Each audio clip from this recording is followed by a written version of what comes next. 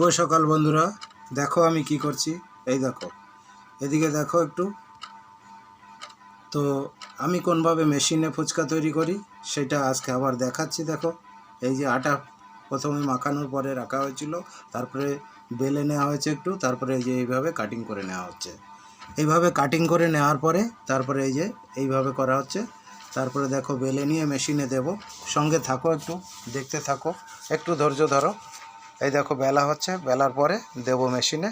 কিভাবে কাটিং হয়, অ্যাকুরেট ফুচকা আসে, সব একরকম, একই সিস্টেম, একই মেটেরিয়ালে আসবে।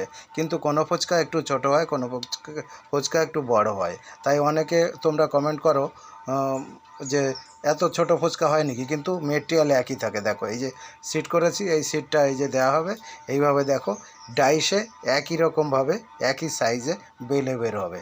তাই তোমরা এখনও যারা জানো না তারা জানো, তারা যারা জানো না তাদের, আর যারা জানো তাদের তোমরা জানিও, শেয়ার করে তাদের। আর তোমরা এখনও যারা জানো না তার জন্য আমি আবার এই ভিডিওটা দিলাম। তো কেমন হচ্ছে আর কেমন হয়েছে একটু কমেন্ট করে জানাবে।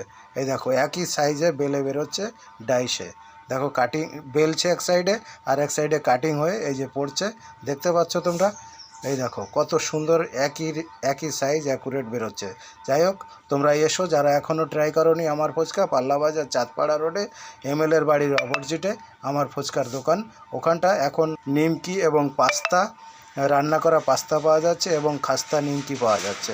এরপরে রেস্টুরেন্ট হবে, আরও লুচি ঘুগনি ইত্যাদি এ সমস্ত দেওয়া।